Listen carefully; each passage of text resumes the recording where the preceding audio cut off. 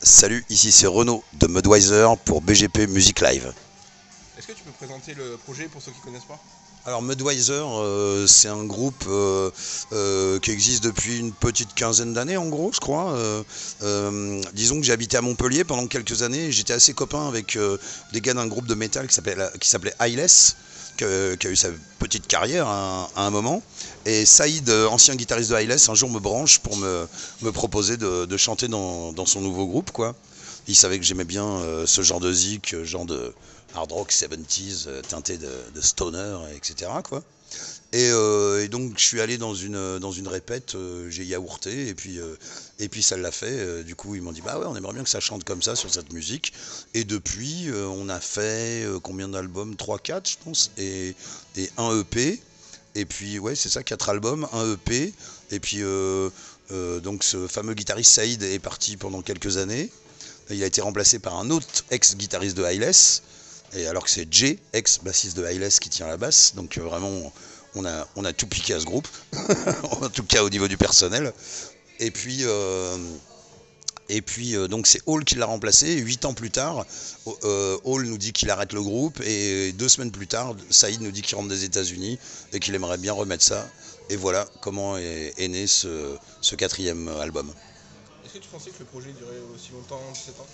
Oh bah non, mais tu sais, je suis ce genre de gars qui a du mal à me projeter plus de 6 mois. Déjà, 6 mois, c'est difficile pour moi. Donc me projeter plusieurs années en avant en me disant je continuerai à faire tel ou tel groupe après toutes ces années, je pense que c'est un peu comme l'amour, hein, tu sais, il faut pas se dire que tu vas passer toute la vie avec cette personne, il faut juste que tu la passes et puis c'est tout.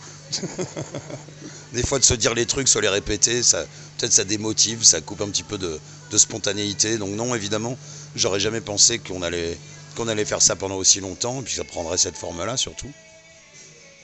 Donc tu as le nouvel album The Call qui sort le 15 avril Ouais. Chez Head Records. Ouais. Et The Call, c'est un appel à quoi? Alors, comme tu as remarqué, il n'y a aucun titre qui s'appelle comme ça dans l'album. C'est un appel au départ, je voulais appeler ça Call of Nature. Et puis Saïd il m'a dit qu'en anglais, enfin dans le slang américain, Call of Nature, c'est un peu avoir une envie pressante de faire la grosse commission. Donc, donc ça aurait été malvenu. Et puis ouais, c'est un peu, c'est quand même l'appel de la nature, l'appel à la débauche, à la dépravation, l'appel au côté maléfique, au côté animal de chacun, quoi. Voilà. Et au niveau de la thématique, ouais. Bah écoute, moi j'écris, j'essaie de m'inspirer de la musique, d'entendre ça un peu comme une BO de film et puis d'imaginer les images qui vont aller dessus. Donc dans Mudweiser, c'est beaucoup, il y a une forme assez blues déjà dans ma manière d'aborder la voix, et j'aime bien dans les thématiques du blues, c'est toujours des histoires de losers, de gens en perdition, etc. Donc c'est souvent ça, et ça m'est inspiré pas mal par soit des bouquins que j'ai lus, du roman noir, ou des films un peu glauques, ou des films à moitié d'horreur de série B, des trucs comme ça, quoi. C'est un peu tout ça qui va m'inspirer. C'est souvent c'est plus des histoires liées à la fiction qu'à la réalité, même si des fois c'est quelques trucs que je peux avoir vécu qui vont m'emmener dans la direction de tel ou tel texte. Mais j'essaye généralement, comme je fais dans mes autres projets, d'avoir dans un texte, c'est plusieurs choses qui rentrent en résonance les unes avec les autres, quoi, et qui me poussent à l'écrire, quoi. D'accord. Et au niveau de ton approche de chant sur le projet, parce que t'as des modulations sur high, ouais. Par exemple, des fois tu poses des voix de crooner, des voix prophétiques, ouais. Et même errées. Ouais. À un moment, t'as même un barbarie. Ouais. Bah écoute, je sais pas, je me pose pas trop de questions, j'y vais à l'instinct, et puis j'ai dû peut-être avoir l'occasion déjà de te dire que j'étais un gros fan de blues, de rhythm and blues, de musique noire américaine. Donc c'est naturellement un peu ces sonorités de voix, enfin avec ma voix et avec ma façon de le réinterpréter d'un espèce de punk rocker que je suis, mine de rien, tu vois. C'est comme toutes ces influences blues, rhythm and blues qui me poussent à chanter comme ça. J'écoute beaucoup de ces musiques-là, et comme les grilles d'accords au sein de Mudweiser restent pour beaucoup des grilles assez traditionnelles, quoi. Même si les riffs en eux-mêmes et les ambiances, on essaie de faire des trucs originaux. Mais du coup, c'est franchement ça, bah, les mêmes, tu vois, le fait d'écouter Janis Joplin, Robert Plant ou Ozzy Osbourne, tout ça, c'est un petit peu toutes ces influences-là, en plus de mes préférés dans le blues, rhythm and blues, des John Lee Hooker, Muddy Waters, Lightning Hopkins ou Edwin Starr, voilà, plein de gens qui m'inspirent forcément, quoi. Et comme j'aime tout ce côté de la musique old school, et j'aime bien en fait aussi dans ce genre de groupe quand ça chante un peu comme ça, donc c'est pour ça quoi. Je m'y suis mis de cette manière-là. Et là, tu accompagnes vraiment la rythmique aussi dans les montées, les Ouais. descentes. Bah ouais, mais écoute, tu sais, je fais ça à la maison, je travaille dans mon coin, j'essaye d'écrire mes petites chansons sur les instrus des copains. Et puis après, c'est vrai qu'en enregistrement, ils vont me dire, ah, ça, tu pousserais pas telle note là, à tel endroit, tu veux pas faire un cri là, etc. Enfin, j'essaye de les écouter, mais pas trop, parce que sinon je tomberais vite dans un truc un peu plus heavy. Mes potes adorent ça. Mais de temps en temps, je me permets ce genre d'écart, mine de rien. T'as une voix vraiment roots sur le projet. Ouais, ouais, ouais. Ouais, j'aime bien ça, quoi. Ça m'a décomplexé de chanter avec Mudweiser. Je me suis rendu compte que finalement j'étais chanteur, j'arrivais à faire autre chose que de crier des notes genre juste sur un rythme, tu vois. Et ça m'a décomplexé, ça m'a ouvert à pas mal de choses, je pense, le fait de participer à ce groupe. Je trouve que t'as un interprète solide. Ouais. Et c'est quoi ta différence entre l'approche en chant en français et en anglais? Bah, le processus de travail il est à peu près le même, parce que je te disais, j'écoute la zik, j'essaye de m'en inspirer comme si c'était la musique d'un film, imaginer des images, raconter des histoires, et puis bah voilà, c'est au même titre que dans l'OFO, je me suis pas posé la question de savoir si j'allais chanter en anglais ou en français. Dans Mudweiser, c'est pareil, c'est venu directement comme ça, et je pense que mes copains avaient franchement préfèrent que ça chante en anglais sur ce groupe-là, quoi. Donc non, bah je sais pas, on l'a dans l'oreille hein, quand même. Le rock, c'est quand même une musique anglo-saxonne à la base, donc je pense que c'est peut-être un peu plus difficile d'élaborer des textes en français pour ne serait-ce que la sonorité, le groove des mots, que l'anglais qui sonne naturellement plus facilement dans le rock. D'accord. Et comment ça se passe au niveau de la composition? Bah, la compo, ça se fait à distance beaucoup, notamment pour ce disque-là, puisque nous, on était confinés, hein, comme tout le monde. Donc les copains à Montpellier, moi en région parisienne. Du coup, eux arrivaient à se voir quand même pour... ils faisaient des buffs, tu vois, ils arrivaient en répète avec chacun un peu des riffs. Ils buffaient un petit peu là-dessus, ils enregistraient ça juste avec un iPhone posé par terre, tu vois. Et puis après, ils m'envoient les morceaux, et après, moi, je fais de l'édit, c'est-à-dire je coupe les morceaux, je vais remplacer telle partie par telle partie, parce que j'essaye de... En fait, eux, ils m'envoient des buffs, et puis moi, j'essaye de transformer ça un petit peu en chanson. Et généralement, ils sont assez séduits et convaincus par ma relecture du truc, quoi. Et vous avez déjà pas pensé à faire un morceau en acoustique? On a fait des concerts en acoustique avec Mudweiser. Il y a quelques années, on avait même fait une première partie pour Bukowski au Forum à Vauréal pour une release party d'une sortie d'album de Bukowski. Et on avait joué en acoustique, ouais. Mais dans ces cas-là, on est obligé de faire quelques reprises parce que tous les morceaux sont pas adaptables forcément en acoustique, quoi. Donc on reprenait du Elvis Presley et on reprenait du Creedence Clearwater Revival, par exemple, des choses comme ça, ouais. Roots, c'est là-bas. Ah, le studio, oui, oui, le studio, c'est le studio de Hall. C'est donc le guitariste qui avait joué avec nous pendant 8 ans à peu près. Et donc, ouais, c'est à la base un home studio qui est en train de devenir un vrai studio. Mais c'est vrai que c'est assez roots, ouais. Mais ça nous suffisait bien. De toute façon, les basses batteries ont été enregistrées en live complètement, tu vois. Après, c'était possible de le faire techniquement, quoi. Après, les guitares ont été faites ensuite parce que on pouvait pas tout faire en même temps. Il n'y avait pas moyen d'isoler suffisamment le son. Mais ça a été fait quand même assez rapidement et puis avec beaucoup de prises live et une ambiance assez rock'n'roll, quoi. Il y a aussi de l'analogique ou pas du tout? Comment? Ah non, il n'y a pas d'analogique. Non, non, c'est enregistré sur un...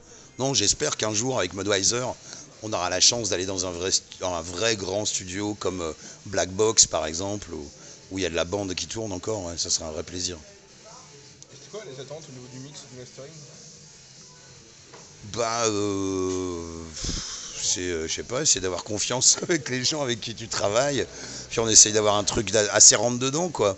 Assez rentre dedans et assez organique en même temps. C'était ça l'idée. Sans trop d'effets non plus. J'ai trouvé que les niveaux de ce mix étaient Ouais. beaucoup plus poussés que sur cette de Snake. C'est-à-dire le volume général? Volume général, au niveau Ah oui, c'était oui, oui. beaucoup plus chaud, beaucoup plus D'accord. gras. Ouais, ouais, je suis d'accord. Bah ouais, ouais. Tant mieux si on fait un petit peu mieux à chaque fois. C'est qu'on est dans le bon sens, dans la bonne direction. Mais c'est vrai, oui, qu'on a voulu aller vers quelque chose de plus abouti, quelque chose qui ressemble plus au son de Mudweiser en live, quoi. Qui est quand même, mine de rien, assez gras et assez rentre dedans, ouais. En live, c'est pour un groupe de, entre guillemets, stoner, on est quand même. Ça reste assez agressif, ouais. C'est vrai parce que chaque album a sa couleur. Ouais, c'est vrai. Bah là, c'est le retour de Saïd, je te dis. Puis, à un moment, on a cru que le groupe était fini. Donc, je pense que d'un seul coup, se dire oh putain, c'est cool, en fait, le groupe est pas fini, on va recommencer avec Saïd. Je pense que ça nous a tous mis un coup de boost, un coup d'énergie qui nous a poussé à faire des morceaux peut-être un peu plus rentre dedans que sur les précédents disques. Et l'album il s'est terminé en 2020, c'est ça? Comment? L'album s'est terminé en 2020? La prod? Attends que je dise pas de conneries, non je sais plus du coup. Attends. Ouais, c'est peut-être ça. Ouais, tu dois avoir raison. Je sais plus. Je sais plus si c'est en 2020 ou en 2021. En tout cas, c'était en plein confinement. On a dû se faire des attestations d'emploi et tout ça pour pouvoir enregistrer. Il fallait qu'on rentre chez nous à 20h. Ça allait pas du confinement. Tu sais, où il fallait rentrer chez soi le soir à 8h. Voilà. On peut parler du titre Sister Mary? Ouais. Bah, c'est un hymne à la bœuf, en fait, hein, tout bêtement. Voilà. Sister Mary, c'est la marijuana.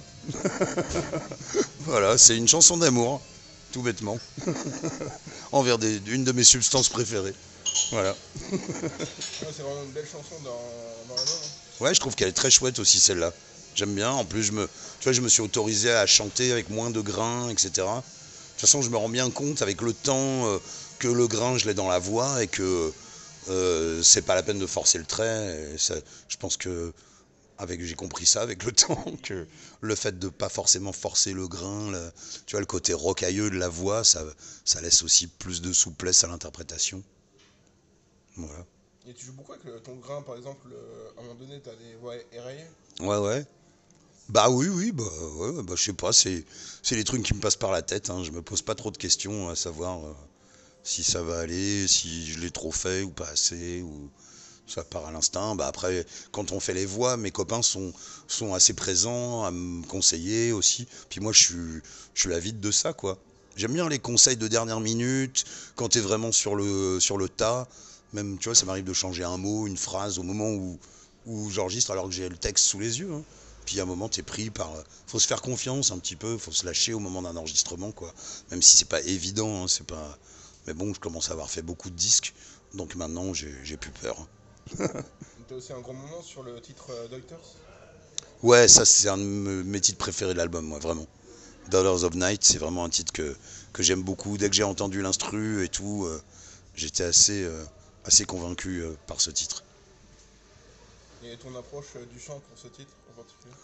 Bah, je te dis, je me pose pas vraiment de questions, hein. Voilà, je répète encore, c'est que sur tous les titres, je me suis dit, essaye de mettre moins de grains et vas-y naturellement. Et puis après, quand t'en mets un petit peu plus, bah du coup, ça crée vraiment une différence et tout. Ouais, je sais pas, j'étais complètement pris par ce titre-là, Daughters of Night, ça veut dire les filles de la nuit. Et je m'imaginais, tu vois, la nuit dans une forêt et voir une lueur au loin dans une clairière et voir un feu avec des sorcières qui dansent autour, un truc comme ça, quoi. Voilà, c'était un peu mon Salem à moi, quoi. Et t'as aussi l'album qui pète direct avec l'intro d'Invitation, qui m'a Ouais, fait penser un peu à Foo Fighters. ouais, ouais, ouais. Mais moi, j'ai jamais été fan de Foo Fighters du tout. Non, bah, enfin, je trouve que c'est un très très bon groupe, attention, hein. Mais ça me touche pas plus que ça. Il y a trop de. Les voix claires, harmonisées, comme ça, c'est voix de tête, c'est vraiment pas ma came, quoi. Mais oui, oui, le côté très rock'n'roll, comme ça, qui rappelle un petit peu, oui, les débuts de Queens of the Stone Age ou des choses comme ça, quoi. Moi, je pense que c'était volontaire, parce qu'il y a cette intro qui fait penser à ça, puis après, ça blaste quand même un peu dans une autre direction, quoi. C'est quand même un peu plus coup de boule, quoi. Et t'as aussi une grosse utilisation de tout ce qui est wah-wah, pédale d'effet sur l'album. Ah bah ouais, c'est le côté fuzz, tu vois, le côté fuzz, wah-wah, c'est indispensable à cette musique-là pour son côté psychédélique, quoi. Parce qu'on aime bien tu vois, on aime bien le rock qui bourre à la Motorhead. On est tous des fans de Black Sabbath, évidemment, tu vois. Mais il y a plein d'autres choses qui nous plaisent. C'est bien quand un disque respire un petit peu. Je pense qu'on a réussi à faire ça, quoi.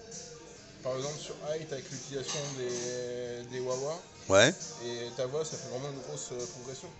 Bah ouais, bah tout ça, ça se fait vraiment à l'instinct. Je te dis, on n'est pas, jamais on prend un carnet, un papier avec Mudweiser pour prendre des notes, pour analyser ou pour dire bon alors ça, il faudrait. Non, tout se fait vraiment à l'instinct. Et puis quand on a des conseils pour l'un pour l'autre, enfin tous les membres des groupes se permettent de dire tiens, de dire à l'autre tiens tu veux pas essayer ci, tu veux pas essayer ça.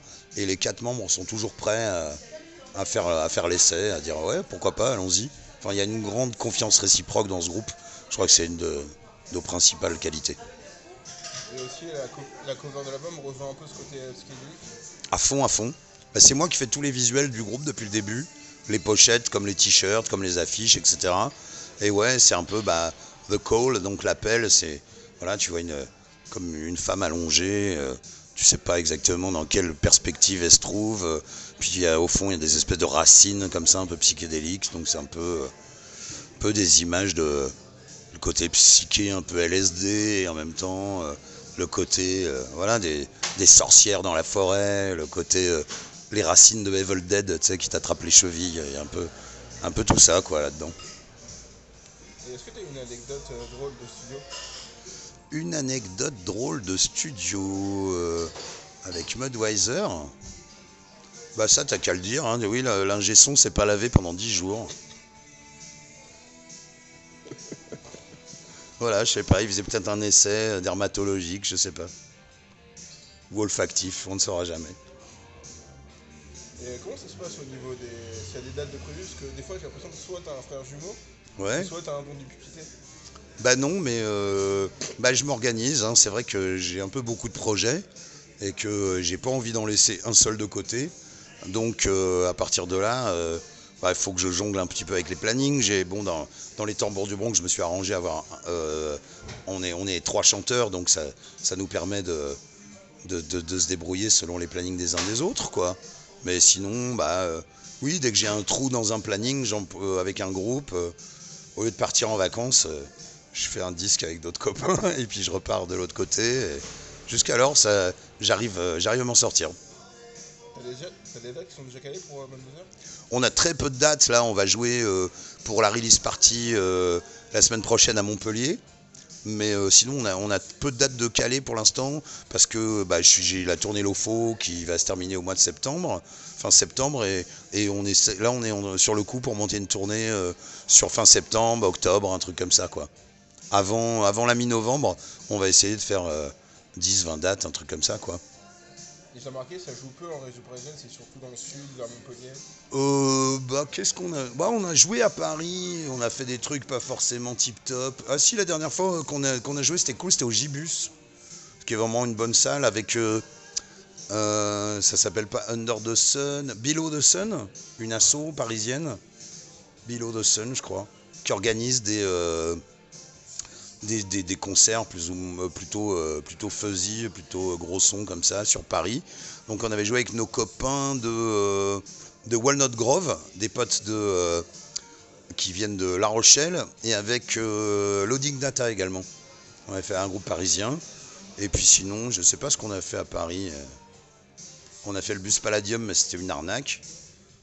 Parce que voilà, j'ai même pas pleuré quand ils ont fermé la semaine dernière. Et ah non, le truc, tu te crois dans les années 60, c'est pas possible de faire des plans comme ça. Et voilà, non, mais c'est vrai qu'on n'a pas énormément joué à Paris, mais tu sais, quand tu as un groupe, parce qu'on est, mine de rien, même après 15 ans d'existence, on est encore un groupe en développement, tu vois, on se développe très lentement. Et c'est quand même difficile de jouer à Paris dans des bonnes conditions, quoi.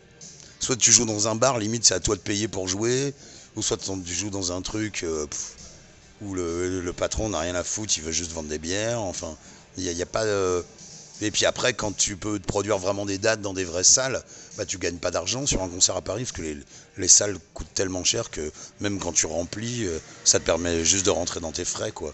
Et nous, on n'a pas l'économie ni le public qui nous permettrait de dire allez, on va aller jouer à l'Alhambra ou je ne sais où, tu vois.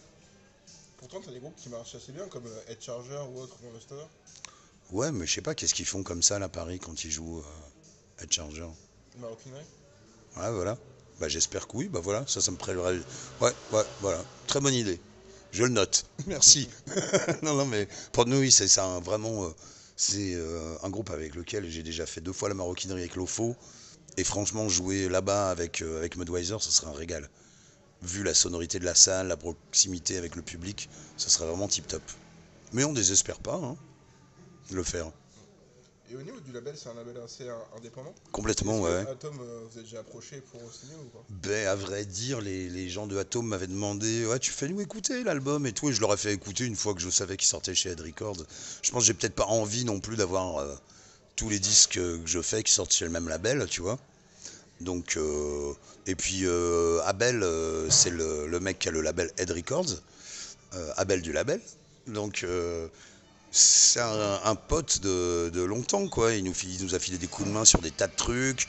Tu vois, il nous a trouvé une distribution avec Season of Mist. Donc je pense que pour un groupe un peu, entre guillemets, public de niche comme ça, je pense que c'est aussi intéressant d'être sur ce genre de label, quoi.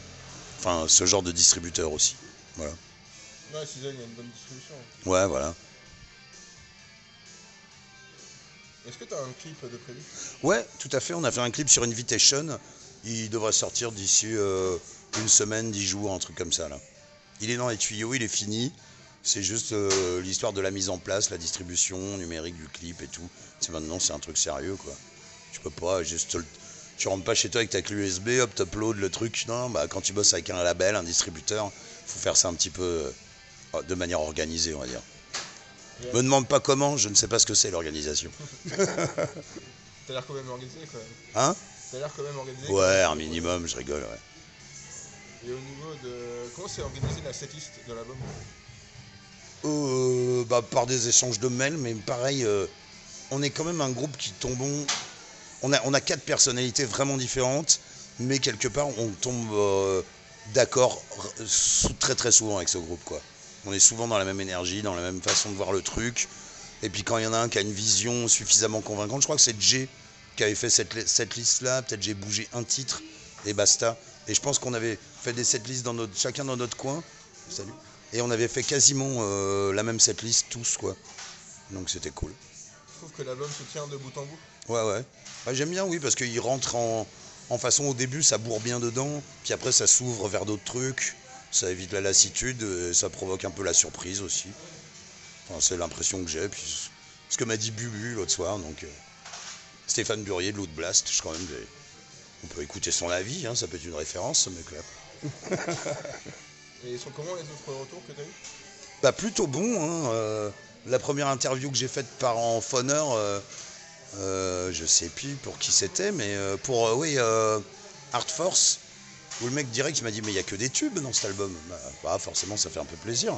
Puis j'avoue que parmi les gens que j'ai croisés aujourd'hui, il y en a pas mal qui m'ont fait des compliments. Était-ce sincère? C'est une autre histoire. Mais non, je rigole. Mais voilà, quoi. Non, je pense que l'album est bien gaulé. C'est pour ça qu'on a cassé notre tirelire et on a dit bah allez, on va se payer une attachée de presse et essayer de voir ce qu'il est possible de faire avec ce groupe. Voilà. Moi, je suis venu à Lille hyper bien gaulé au niveau des singles. Ouais. Ouais, bah c'est cool, merci. Après, je sais pas si ça passera à la radio. Je te laisse le mot de la fin pour l'interview. Eh ben, allez au concert, les gens, hein, même si Mudweiser, là, on n'est pas sur la route tout de suite. Je sais que c'est un peu dur pour les salles en ce moment, pour les groupes. C'est bon, n'ayez plus peur de mourir. Ça arrivera un jour de toute façon. En attendant, c'est bien de ne pas trop se faire chier. Donc, retournez voir du rock, retournez dans les concerts et allez vous faire plaisir, les copains. Voilà. Merci à toi, Quentin. Merci à toi.